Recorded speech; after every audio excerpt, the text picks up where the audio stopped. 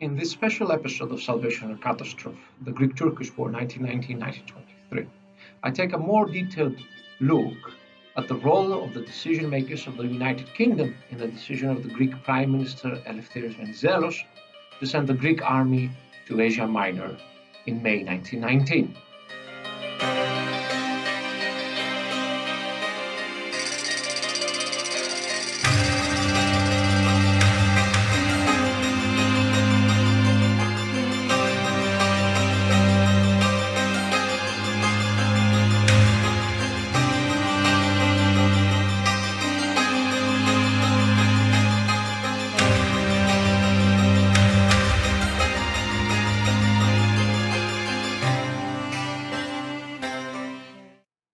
My name is Konstantinos Travlos.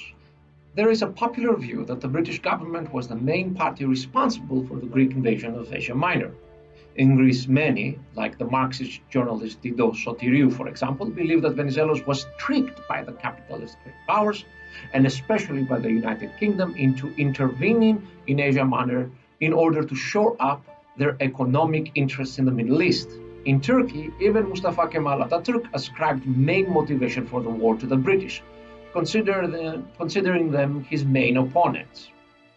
Now, there is some truth in these views.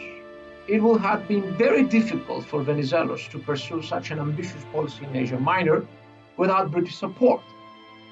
He himself was clear about this and used to say that as long as he had British support and French tolerance, the Greek endeavor in Asia Minor had probabilities of success. It will be difficult, but it wouldn't be impossible. It is also true that many members of the British government had sometimes very personal economic stakes in the Middle East that might impact on their decisions. For example, according to Didos Sotiriou, Lord Curzon had shares in the companies that were exploiting the Middle Eastern oil fields at Mosul. So he had an interest to keep Mosul outside of the hands of the Ottoman Empire. But both the picture of lack of agency by the Greeks and unproblematic British government support for the Greek option, as I'm going to call it, is wrong. The Greek Prime Minister had actively lobbied for Greek expansion into Asia Minor at least since 1915, if not earlier. And British decision makers were far from united in their support for Greece. Now, the following analysis goes a bit deeply into these divisions and is mainly based on the excellent 2002 unpublished dissertation of Eleftheria Daleziou, Britain and the Greek-Turkish War and Settlement of 1919-1923, the pursuit of security by proxy in Western Asia Minor. Now, by 1919, three distinct views had risen among British decision makers for resolving the Eastern question in British favor. Now, the first, which we can call the Greek Option, sought to replace the ailing and falling Ottoman Empire with an enlarged Greece, which will dominate the Aegean Sea and the Sea of Marmara and thus the Bosporus Strait, and serve as the local proxy for British interests. Greece was seen by supporters of this view as a reliable pro-British state, vulnerable to British coercion tactics due to its reliance on sea transportation, and never a state that would be able to challenge the United Kingdom in comparison to alternatives like the Ottoman Empire or the Kingdom of Italy. The second option, which we can call the Turkish Option, sought to maintain a weakened Ottoman Empire as the paramount state in Asia Minor with control of the Sea of Marmara and the Strait. This option followed traditional British policy and ascribed the Ottoman decision to ally with the Germans in World War I specifically to the Committee of Union and Progress. With the Committee of Union and Progress destroyed, it was assumed that the Ottomans would go back to their usual pro-British policy. The Ottomans were considered weak enough to not pose a threat to the British Empire and strong enough to be able to act as a barrier to the expansion of Russia, whether nationalist or socialist, towards Mesopotamia. They saw the Sultan, Vahideddin in this case, and his court as the guarantors of British interests in the area. Finally, there was a third option put forward, which we can call the Straits Option, which sought to divest the Ottomans of control of the Straits of the Bosporus by creating a new state centered on Istanbul, Constantinople, and the Sea of Marmara, under British protectorate or some form of control. Now, the Ottomans will be maintained in paramount control in Asia Minor. Initially, the supporters of this option did not really envision a role for Greece in the new order. Now, the Greek option was mainly supported by the members of the British Delegation at the Paris Peace Conference. This included members of the British Cabinet and of the Foreign Office. It was these men who were in direct personal contact with Greek Prime Minister Eleftheris Venizelos, and it was they who would make short-term decisions on the matter. This included British Prime Minister David Lloyd George, who he himself had suggested variations of this scheme to Venizelos as early as 1913. Professor Arnold Toynbee as a member of the Middle East section of the Political Intelligence Department. Reginald Rex Wilding Allen Leeper as a member of the Political Intelligence Department. Eric Forbes Adam and Harold Nicholson, both members of the Foreign Service.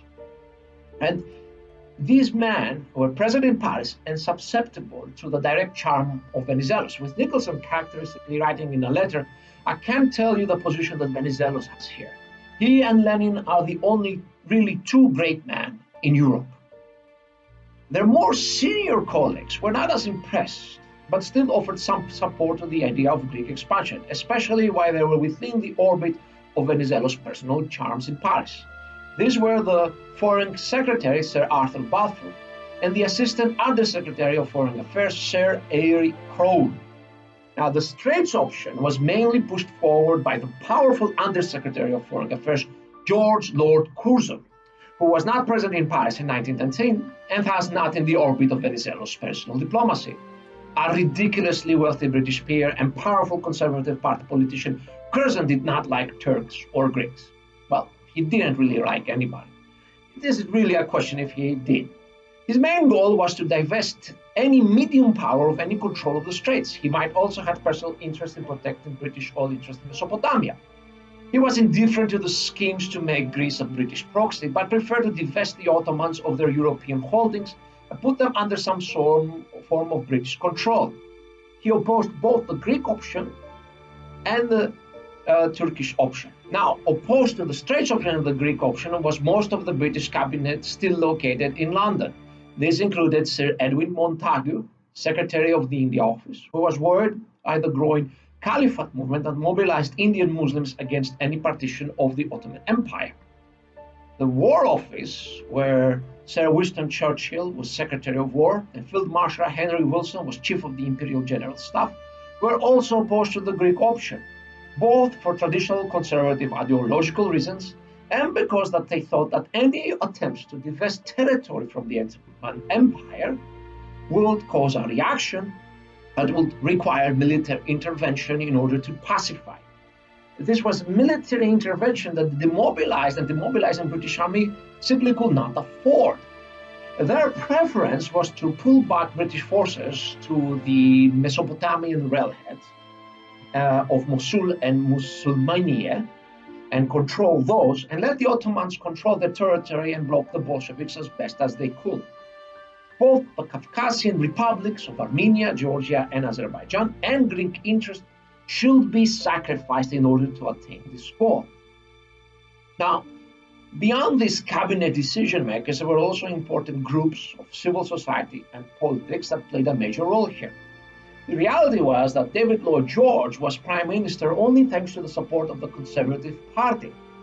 Now, they were the majority party in the government, and they were not completely happy with David Lloyd George. Now, the party leadership under Andrew Bonar Law was pro-Greek primarily because of the affinity they had personally for Eleftheris Venizelos due to his actions during the Frostfall War. They felt that Venizelos deserved to be rewarded for his pro-Entente stance.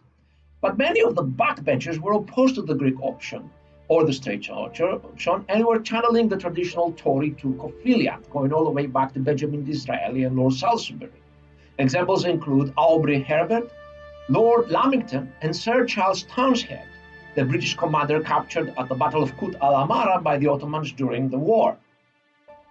These backbenchers will pressure the government in parliament on its pro-Greek policy, taking advantage of any bad news that were coming out of Smyrna about the Greek occupation or control of the area. And bad news came, some factual, for example, the mock-up of the Smyrna operation, some exaggerated, and they came by the powerful British commercial community in Smyrna, which was represented, for example, by people like Consul James Morgan. These commercial houses were opposed to Greek expansion as they saw the Ottoman Greeks as their competitors, and they feared the Greek liberal system of trade that would abolish their capitulations and treat all commercial interests in the Greek territory as equal. They preferred to maintain the Ottoman Empire in its weakened form, and they provided supposedly neutral opinion and witnesses against Greek rule used by the backbenchers in parliament to attack government policy. The confluence of the above forces meant the following three things. A, British government support of the Greek option was tenuous. Most of the cabinet was against it. The pro-Greeks could only push the policy when conditions gave immense decision-making power to the Prime Minister, as was the case in Paris in 1919. B, the presence of Venizelos was extremely important for the Greek cause. It was his personal diplomacy that assured the support of the British party. It was his presence that tied the Conservative Party majority and leadership to the Greek option. But where he was absent, support for the Greek case was more lukewarm or non-existent. 3. The Greek option could only be driven forward by short-term decisions. The opposition of most of the cabinet, especially the powerful colonies, India, and War Office, meant that follow-up support will be tenuous. Once decision-making moved from Paris back to London, especially after the end of the German Treaty in June 28, 1919, the pro-Greek members of the cabinet found it almost impossible to overcome the resistance of the anti-Greek members of the cabinet. The above dynamics will become more exacerbated as Turkey's resistance increased the costs of pursuing the Greek option. The British government also will face more and more need for further military cuts and at the same time face an immediate serious issue with the Irish issue and the Third Afghan War. And the Bolsheviks will survive and begin winning their war against the White Russian movement. But this is a story for the future. As I said, my main source for this episode was Eleftheria Daleziou, written at the Greek-Turkish War and settlement of 1919-1923, the pursuit of security by proxy in Western Asia Minor.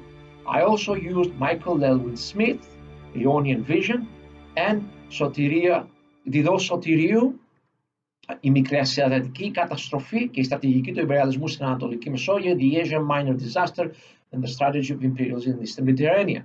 See you later in the month for our June episode.